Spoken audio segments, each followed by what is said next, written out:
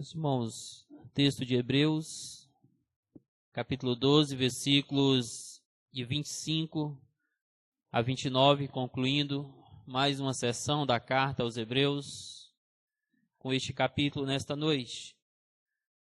Mas antes de lermos o texto, eu gostaria de considerar com você, para em seguida lhe fazer uma pergunta, a seguinte situação hipotética. Você está gravemente enfermo. E a única esperança que tem de vida é uma cirurgia urgente. Mas isso se complica pelo fato de que você não tem a mínima condição de pagar por essa cirurgia.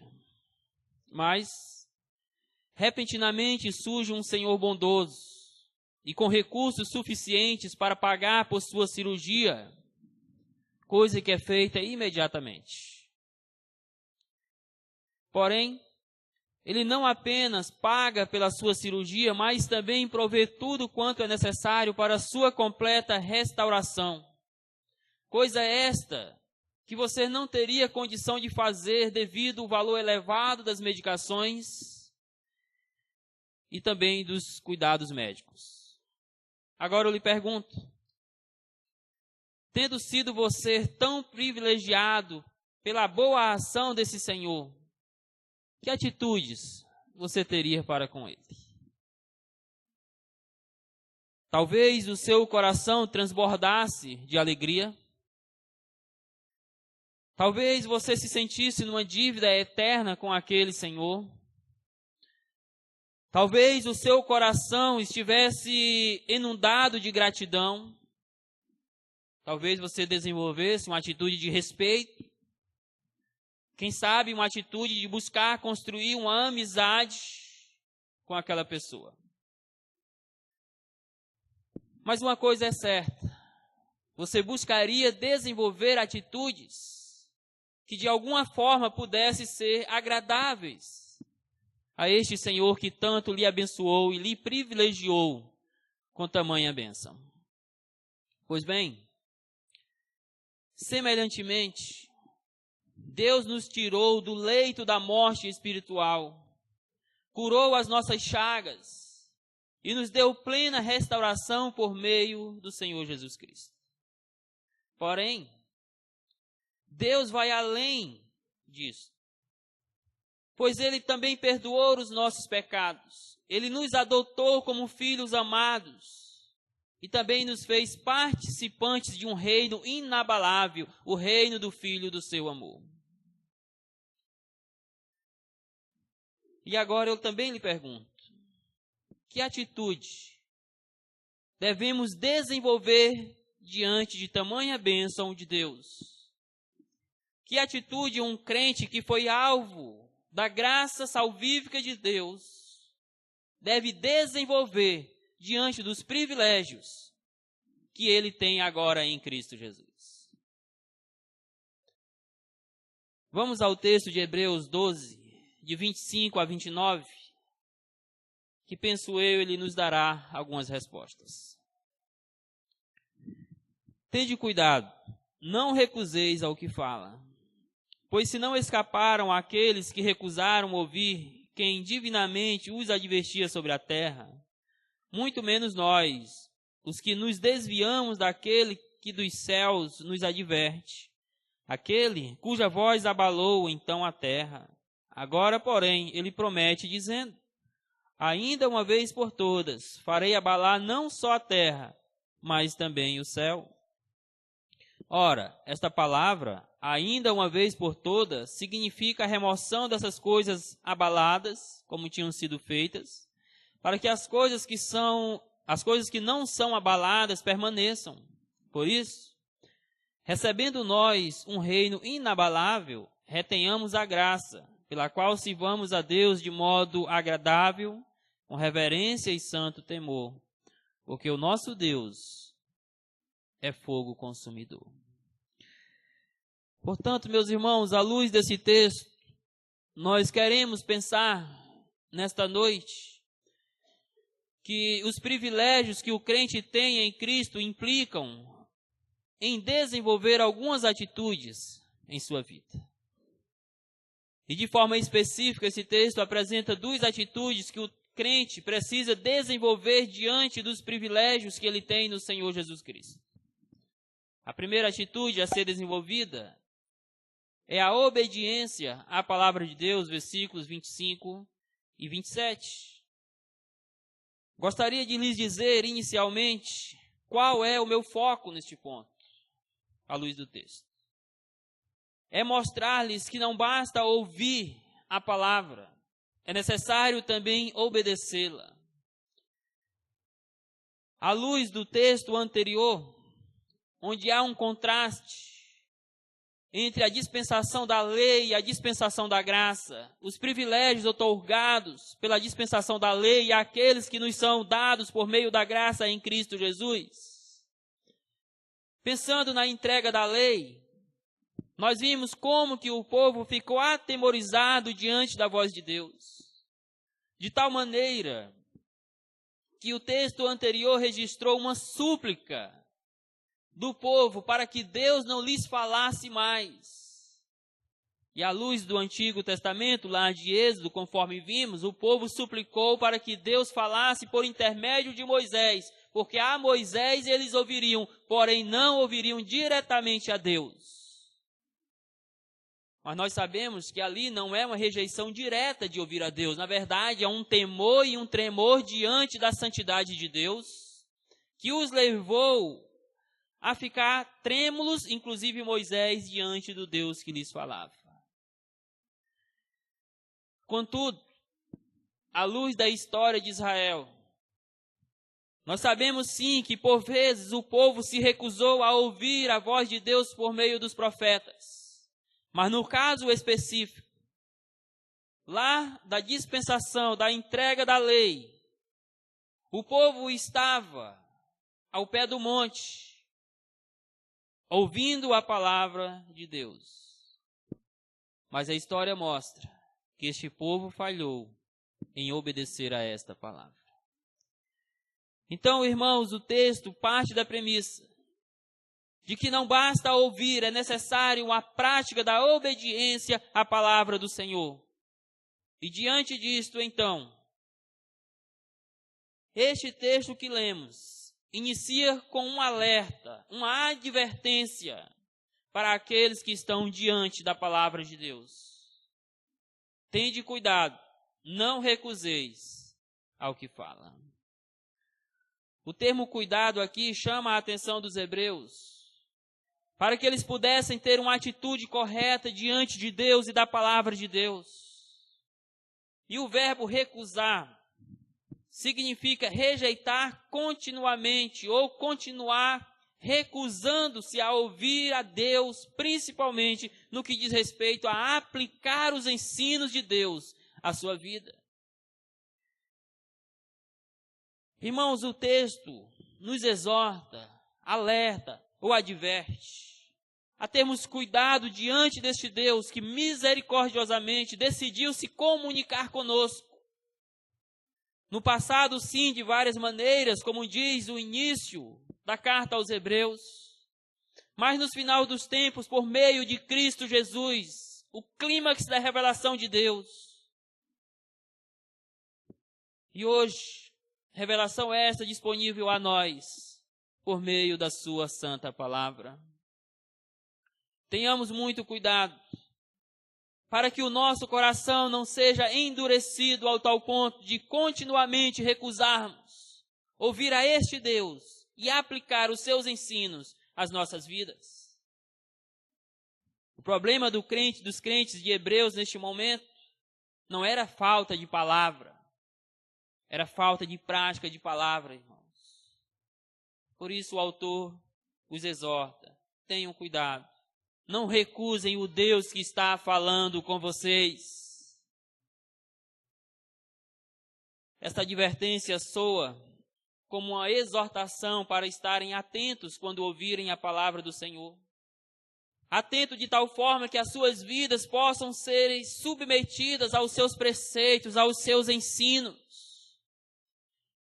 Meus queridos, é um chamado para ouvir e obedecer a Deus de todo o coração.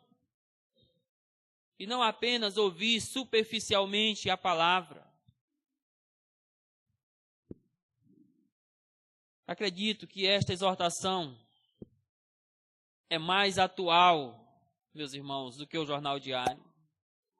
Ela é mais urgente, meus queridos irmãos, do que qualquer coisa nesta vida. Porque nós também precisamos ter muita atenção e dedicação quando a palavra de Deus está sendo exposta diante de nós. Mas o texto segue, declarando a razão para tal cuidado, que diz: pois se não escaparam aqueles que recusaram ouvir quem divinamente os advertia sobre a terra, muito menos nós, que nos desviamos daquele que nos dá, que dos céus nos adverte, aquele cuja voz abalou então a terra. Mais uma vez, o autor sinaliza as consequências do juízo de Deus, a partir do que aconteceu com os israelitas. Aqueles israelitas que continuamente rejeitaram os ensinos da lei e dos profetas, eles não se livraram do juízo de Deus. E o texto então está dizendo para estes leitores: tenham cuidado com as atitudes de vocês diante do Deus que está falando com vocês.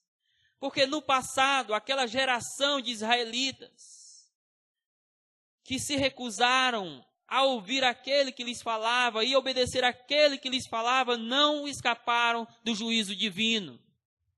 E nós sabemos perfeitamente, irmãos, que toda aquela geração que saiu lá do Egito pereceu no deserto, como juízo divino sobre as suas vidas, justamente por não ouvirem atentamente a voz desse Deus que lhes falou. A expressão a quem fala divinamente os advertia sobre a terra, se refere à revelação de Deus lá no Monte Sinai, mediada por Moisés, está se referindo à entrega da lei. Aquele que dos céus nos adverte também se refere a Deus. Porém, aqui, em sua revelação por meio de Jesus Cristo, já na dispensação da graça, se aqueles na dispensação da lei não escaparam do juízo divino, quanto mais aqueles que na dispensação da graça se recusarem a ouvir e obedecer o Deus que lhes fala por meio de Jesus Cristo hoje. A expressão abalou a terra se refere a alguns acontecimentos físicos presentes lá no Monte Sinai, quando a lei foi entregue. E é usada, irmãos, aqui para indicar a majestade, o poder e a santidade de Deus sobre todos. Desta forma, ou melhor dizendo, de uma forma ou de outra, quem se recusa a ouvir e se prostrar em obediência a Deus e a sua palavra, não escapará do juízo divino. O objetivo do autor neste momento é esse. É dizer que ninguém que rejeita ouvir a Deus e a sua palavra e obedecer de todo o coração vai se livrar da ira de Deus sobre ele. Irmãos, se crer vem pelo ouvir e ouvir a palavra de Deus, então rejeitar a esta palavra e não crer em Cristo é se colocar debaixo do juízo de Deus. Em outras palavras, quem continuamente rejeita aquele que dos céus lhe adverte, lhe chama ao arrependimento, está atraindo sobre si juízo e condenação. Mas o texto prossegue, relatando uma promessa encorajadora para que nós possamos não apenas ouvir, mas também obedecer a Deus. Diz o restante do versículo 26 e o 27 também. Agora, porém, ele promete, dizendo: ainda uma vez por todas farei abalar não só a terra, mas também o céu. Ora, esta palavra, ainda uma vez por todas, significa remoção das coisas abaladas, como tinham sido feitas, para que as coisas que não são abaladas permaneçam. Meus irmãos, haverá um dia em que não apenas a terra, mas os céus serão abalados com o poder deste Deus soberano. Este abalo da terra aqui, mais uma vez falo, se refere aos acontecimentos lá no Monte Sinai, onde de fato a terra ficou abalada, tremeu diante da majestade e do poder de Deus, diante da manifestação gloriosa de Deus aos pecadores. E o texto está dizendo que haverá um dia em que não apenas a terra será abalada, mas os céus, por conta da gloriosa manifestação deste Deus. Esta expressão aponta para uma manifestação ainda mais gloriosa, possivelmente no final dos tempos, quando Deus julgará a todos. Naquele dia, a sua glória, o seu poder, a sua majestade, a sua santidade ficará ainda mais exposta. No entanto, não mais para a salvação, mas para juízo daquele que se recusou a ouvir a sua voz. Naquele dia, meus queridos irmãos, para desespero do pecador, não terá outra saída para ele, a não ser confessar que Cristo Jesus é o Senhor dos céus e da terra. Contudo, mesmo assim, será conduzido ao juízo de Deus. Veja o que diz o texto de Filipenses 2, de 9 a 11. Pelo que também Deus o exaltou, ou seja, a Cristo sobremaneira, e lhe deu o nome que está acima de todo nome, para que ao nome de Jesus se dobre todo joelho nos céus, na terra e debaixo da terra, e toda língua confesse que Jesus é o Senhor, para a glória de Deus Pai. Este acontecimento será no dia do juízo, onde cada pecador estará com seus joelhos dobrados diante de Deus. E como diz o pastor Paul West, todo joelho de fato se dobrará diante do Senhor, nem que para isso ele tenha que quebrá-lo. Mas todos se curvarão diante de Deus e confessarão que Cristo é o Senhor, para a glória de Deus Pai. E neste dia, meus irmãos, não só a terra, mas os céus serão abalados pela glória deste Deus. Contudo, esta confissão, meus irmãos, será feita para muitos, será feita tarde demais. Já que a Bíblia também ensina que após a morte segue-se o juízo de Deus. Por isso que a advertência da carta aos Hebreus: não recuse aquele que lhes fala. Por isso que em outro lugar ele também adverte: se hoje ouvir a voz de Deus, não endureçais o vosso coração.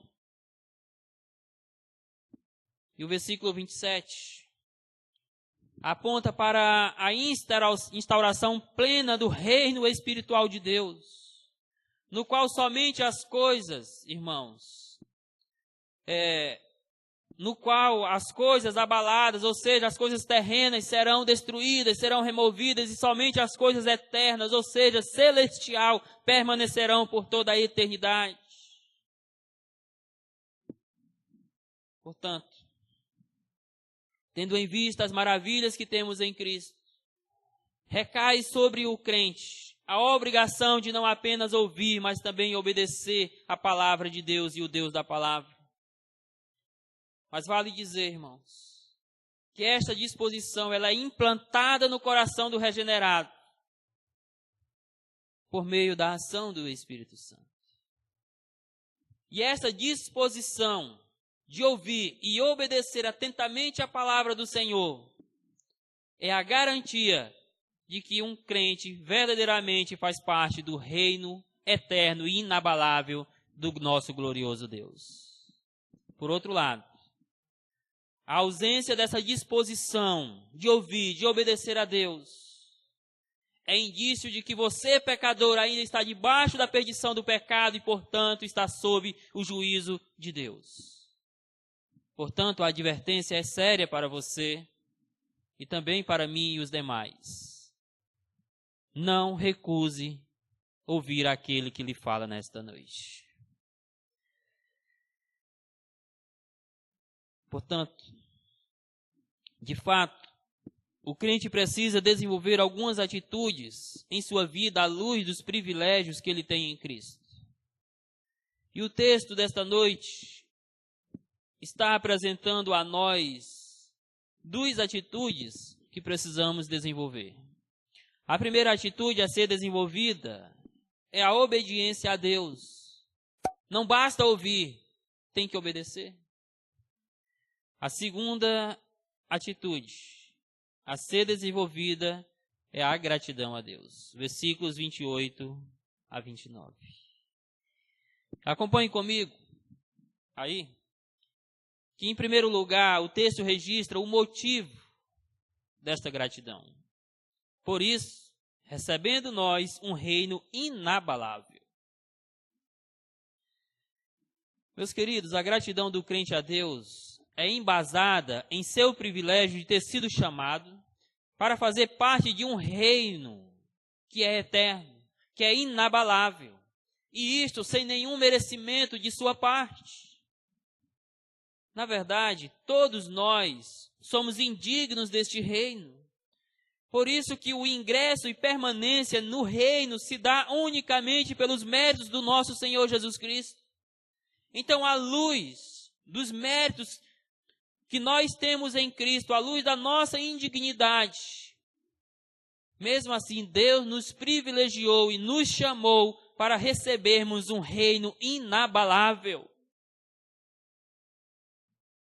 E diante de tão grande privilégio, o Senhor espera de nós o desenvolvimento contínuo da gratidão a Ele por isto.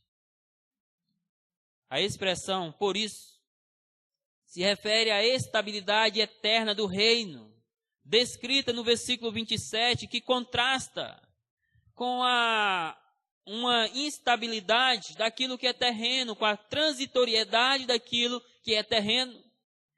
Irmãos, Deus nos chamou para pertencermos a um reino que é espiritual, que é eterno e não terreno. E os privilégios que nós temos neste reino não são comparados àquelas bênçãos terrenas deste mundo, pois elas permanecem para sempre. E o verbo receber indica que tanto pertencemos ao reino, quanto ele também pertence a nós, por meio de Jesus. É um privilégio duplo.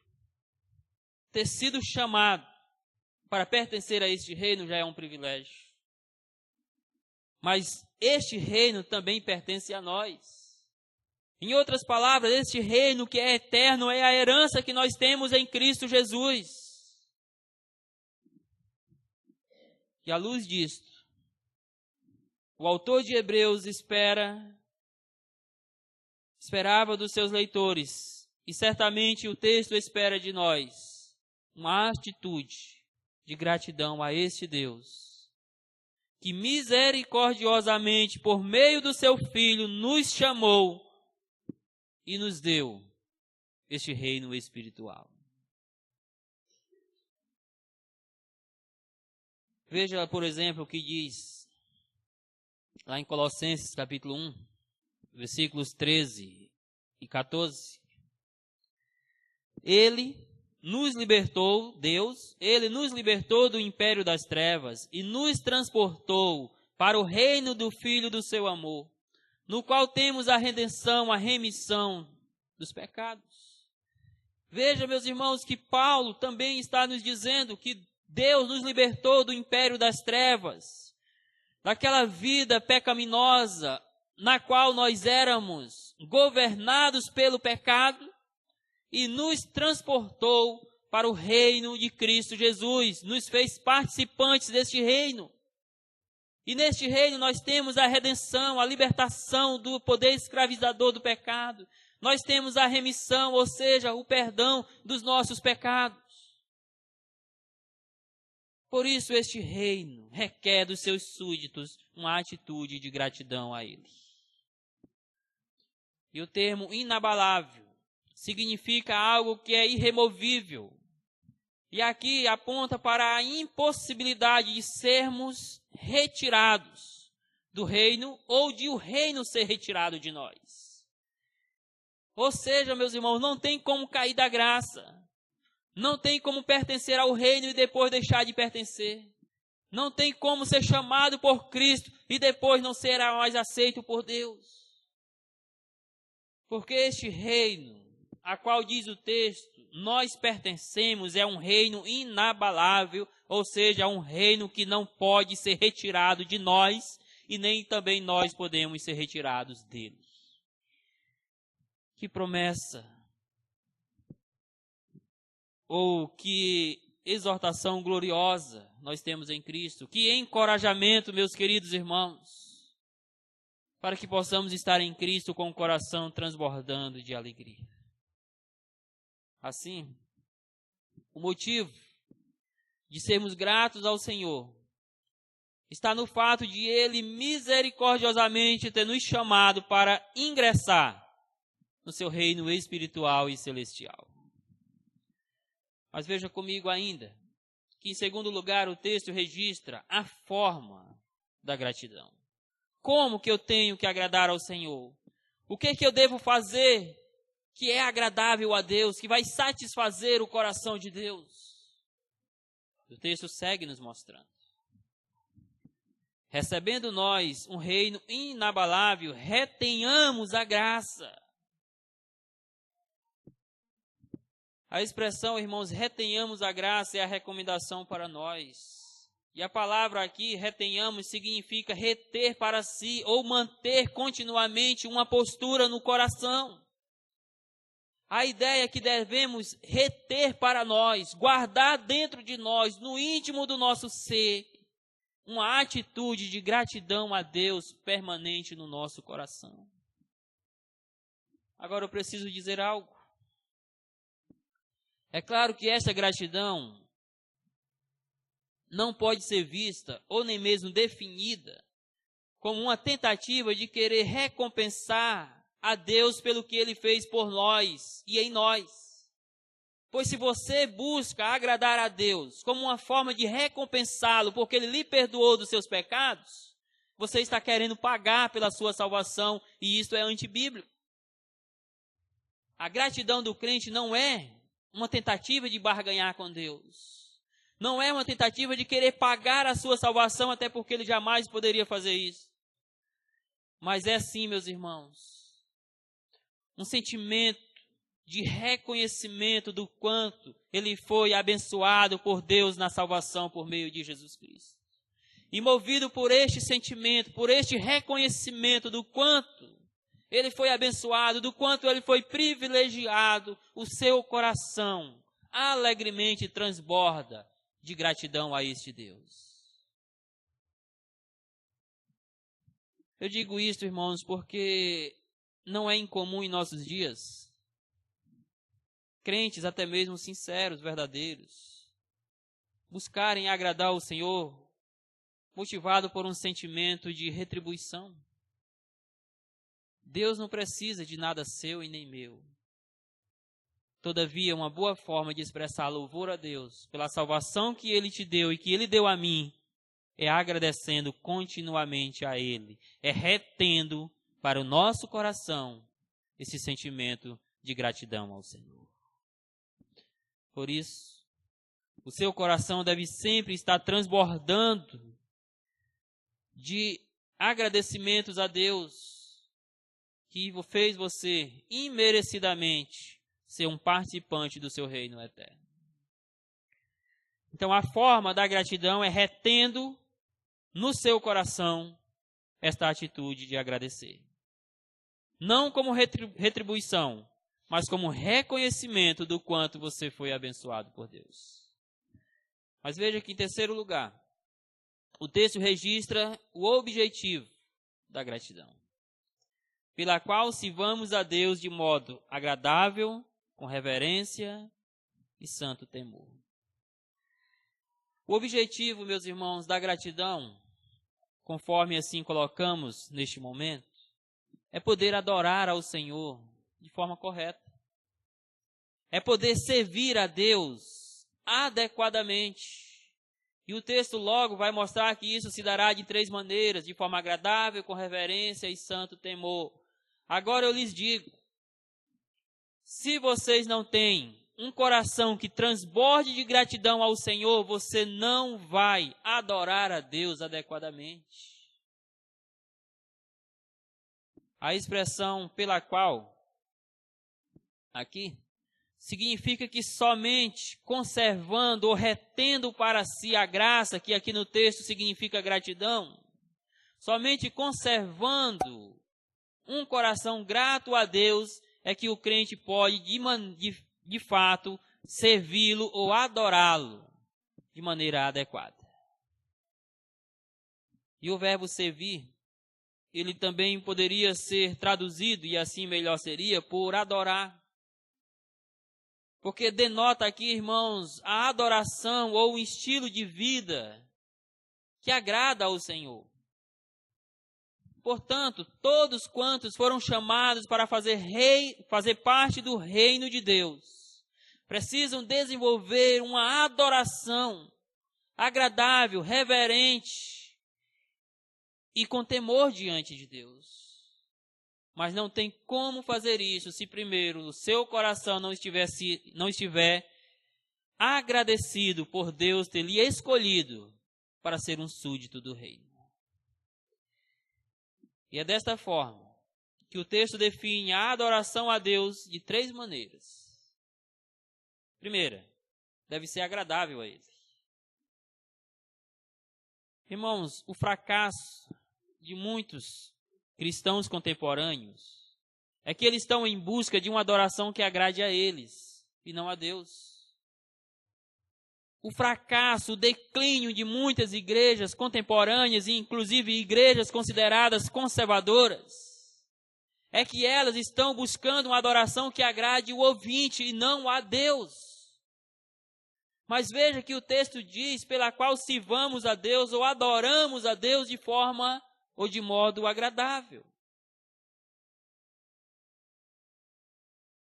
Infelizmente, nós presenciamos igrejas que movem tudo e a todos para proporcionar uma adoração que venha a ser agradável ao ouvinte.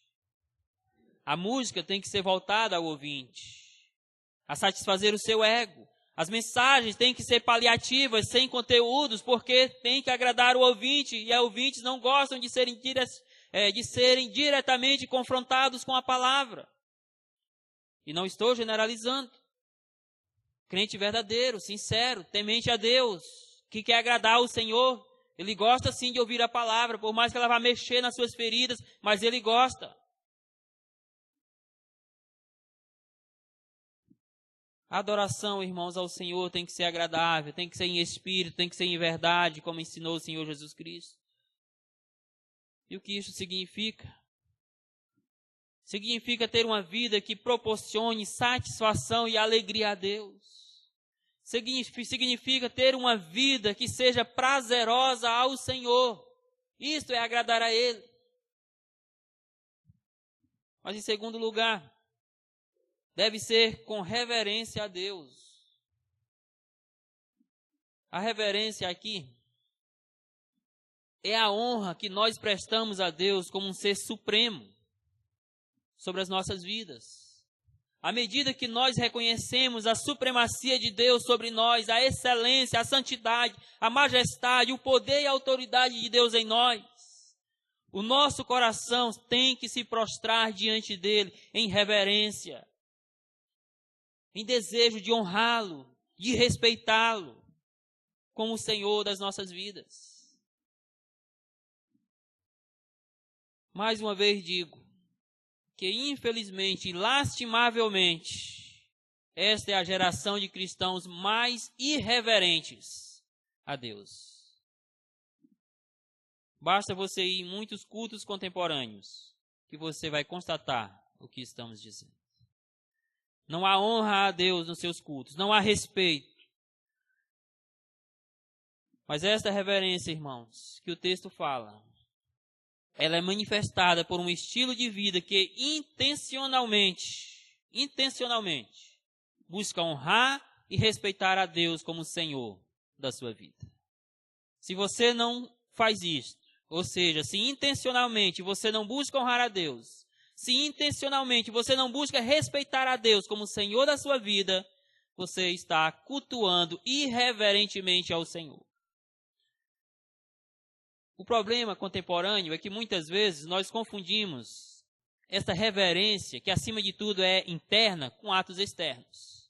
Então você acha que se você estiver aí sentado neste banco agora, sem conversas paralelas, sem mexer em celular, você acha, não, eu estou reverente no culto.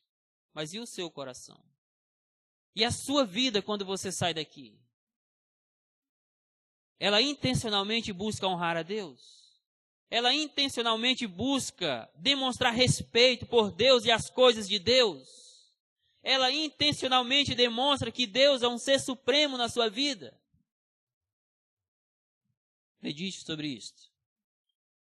Em terceiro lugar, esta adoração deve ser com temor santo a Deus. Santo temor nos faz pensar em alguém atemorizado diante de alguma coisa. Pense, por exemplo, em alguém que se perdeu em meio a uma vasta floresta. Pense naquele garotinho que saiu com seu pai para fazer algo em uma vasta floresta e de repente ele se perde. Ele vai ficar atemorizado, trêmulo, diante da vastidão daquela floresta na qual ele se encontra. O texto está nos dizendo, meus amados irmãos, que nós devemos ter um temor santo diante deste Deus, porque Ele é um Deus santo. Porque Ele é um fogo consumidor, como vai dizer mais à frente. Logo, o nosso coração deve sim ter temor e tremor diante da santidade de Deus. Lembremos a cena de nossa mensagem anterior, quando Deus estava revelando-se ao seu povo por intermédio de Moisés, quando o povo estava assim entregando a lei ao seu povo e a santidade de Deus, a glória de Deus era tão intensa naquele momento, que o povo suplicou que Deus não lhes falasse mais, a não ser por meio de Moisés. Mas aí o texto lá segue e diz que o espetáculo era tão grande que até mesmo Moisés ficou trêmulo e amedrontado diante deste Deus santo. Irmãos, não tem como um pecador, na sua indignidade, se colocar diante de Deus e não sentir esse temor santo na sua presença. Esse temor deve ser causado porque nós estamos diante de um Deus que é 3 vezes santo. E Ele requer de nós uma postura que lhe seja agradável, que lhe seja reverente e que demonstre temor com a sua santidade. Mas seguindo aí, meus irmãos, em quarto lugar e último, o texto registra a razão pela qual nós precisamos adorar a Deus adequadamente. Porque o nosso Deus, Ele é fogo consumidor. Sendo Deus extremamente santo e o pecador extremamente pecador, então Ele não pode se aproximar deste Deus sem a mediação de Cristo, pois caso contrário Ele será exterminado, consumido pelo furor da ira divina. A citação aqui do nosso texto, que diz que porque o nosso Deus é fogo consumidor, é tirada de Deuteronômio capítulo 4. E lá o texto está inserido no primeiro discurso de Moisés. Discurso ao qual ele está fazendo aos israelitas, que tem como propósito mostrar-lhes como que eles deveriam proceder diante de Deus na posse da terra prometida. Veja, por exemplo, o que diz então lá Deuteronômio 4, 22 a 24, que é de onde vem a nossa citação de Hebreus. Porque eu morrerei neste lugar, Moisés falando ao povo, e não passarei o Jordão. Porém vós o passareis e possuireis aquela boa terra. Versículo 23. Guardai-vos, não vos esqueçais da aliança do Senhor vosso Deus, feita convosco, e vos façais, que o Senhor nosso Deus feita convosco, e vos façais alguma imagem esculpida, semelhança de alguma coisa que o Senhor vosso Deus vos proibiu. E aí o versículo 24, porque o Senhor teu Deus é fogo que consome, é Deus zeloso. Moisés está instruindo o povo sobre a verdadeira adoração. Que eles deveriam ter reverência, eles deveriam adorar ao Senhor, não trocando este Deus, a adoração a este Deus, por alguma imagem esculpida à semelhança de coisa alguma que o Senhor Deus os proibiu. E o autor de Hebreus, ele tira o seu texto lá do contexto de Deuteronômio. Porque o Senhor teu Deus é fogo que consome, é Deus zeloso. Irmãos, os leitores de Moisés deveriam conservar-se em fidelidade a Deus por causa do zelo, da santidade de Deus e por causa do zelo que o próprio Deus tem ao seu nome. O sentimento de que Deus zela por si mesmo deve despertar no crente a reverência, o temor que são necessários para uma adoração agradável a Ele. O crente precisa estar sempre consciente do esplendor da santidade de Deus e de sua necessidade de santidade pessoal. E é nisso que o autor de Hebreus encoraja, sim, estes irmãos a serem gratos ao Senhor, para desenvolverem assim uma adoração que seja agradável, que seja reverente, que tenha temor ao Senhor nosso Deus. E a razão para isso é porque eles precisam se conscientizar que Deus é fogo que consome. É um fogo consumidor. E que está no estado de pecado diante deste Deus é se tornar um alvo da sua ira. Portanto, uma vez que Deus nos privilegiou com a salvação em Jesus e nos fez súditos do seu reino inabalável, carecemos agora transbordar em gratidão, visto que não éramos nem somos merecedores de tal privilégio. E conforme visto, a gratidão é necessária porque ela instiga a verdadeira adoração a Deus, pela qual nós podemos servi-lo agradavelmente, com reverência e com temor, reconhecendo a sua santidade, o zelo que ele tem pelo seu próprio nome. Contudo, irmãos, antes de caminharmos para a nossa conclusão, enfatizo novamente. A gratidão do crente não pode ser vista como uma forma de retribuir o favor da salvação. Coloque isso bem claro na sua mente e no seu coração. Nunca pense que você pode retribuir ao Senhor, por alguma atitude sua, este grande privilégio que o Senhor te deu da salvação. Isto é graça, isso é favor imerecido. E isto já significa que você não tem, jamais poderia ter com que pagar esta salvação.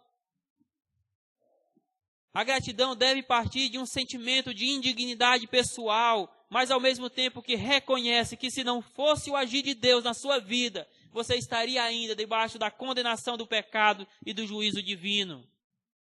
Você estaria ainda debaixo da ira deste Deus, que é um fogo consumidor. Caminho para a nossa conclusão.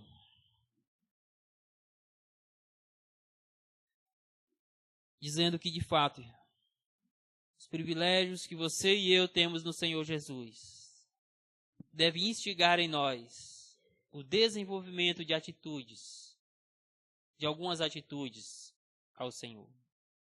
E salientamos duas atitudes a serem desenvolvidas pelos crentes em Cristo. A primeira é a obediência à palavra de Deus, não apenas ouvir, mas obedecer. A segunda é a gratidão a Deus. E eu finalizo com 4 aplicações. Primeira, me direciono de forma direta e sem rodeios a você, pecador, que está conosco nesta noite, mas que ainda não foi alvo da graça salvífica de Cristo Jesus, que ainda se encontra debaixo do reino das trevas, do reino do pecado. A você, pecador, que ainda se encontra debaixo da condenação do pecado e do juízo de Deus que há de vir sobre você. A você eu digo nesta noite, que por causa do seu pecado, a única maneira que você tem de escapar do juízo de Deus, que mais uma vez enfatizo, é fogo consumidor, é se rendendo a Cristo Jesus como Senhor, como Salvador da sua vida. E nisto eu lhe advirto, conforme o texto. Se nesta noite Deus falou ao seu coração, tenha cuidado, não recuse aquele que fala com você nesta noite. Que você saia daqui, ó pecador, meditando sobre a sua vida de pecado, meditando sobre a verdade bíblica de que você está debaixo do juízo de Deus e que não há como escapar deste juízo se não for por meio do Senhor Jesus Cristo. Que você saia daqui meditando que Deus é um Deus santo, santo, santo, e que Ele tem zelo pela sua santidade, e que em resposta a este zelo, Ele manifesta a sua ira sobre você, pecador. E que a única maneira de você escapar da ira divina é por meio de Jesus Cristo. Então, fora de Cristo, não há válvula de escape que possa lhe tirar de debaixo do juízo divino. Que você pense seriamente sobre isto. E como última advertência para você, eu leio o texto de Hebreus, capítulo 2, versículo 3. Como escaparemos nós se negligenciarmos tão grande salvação? Como que você vai escapar do juízo divino? Se você nesta noite, ouvindo a voz de Deus, negligenciar tão grande salvação que Ele coloca diante de você por meio de Cristo. E a nós, Igreja do Senhor, eu deixo as aplicações restantes.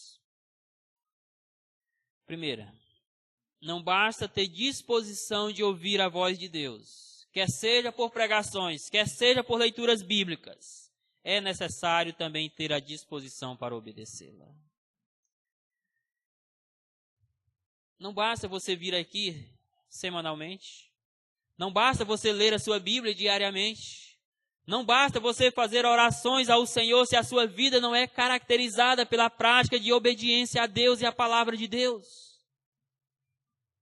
Meus irmãos, vivemos hoje um cristianismo carente de obediência, de crentes sinceros, piedosos, que verdadeiramente aplicam em suas vidas os ensinos da palavra do Senhor. Próxima aplicação a nós como igreja, digo o seguinte: no reino somos apenas súditos. Isso é importante, irmãos, compreendermos no contexto da nossa época. Porque hoje tem pessoas que confessam a Cristo que não querem ser súditos, querem ser o rei do reino. Mas nós somos apenas súditos que misericordiosamente fomos chamados por Cristo para participarmos deste reino.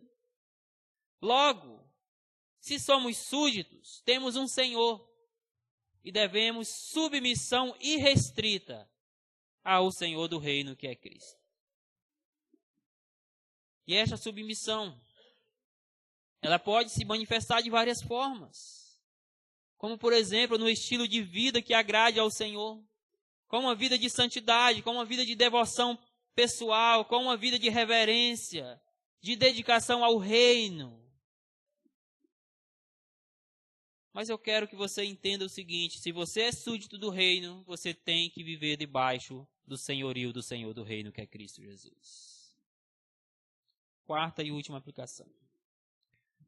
Quarta do geral e a terceira a igreja.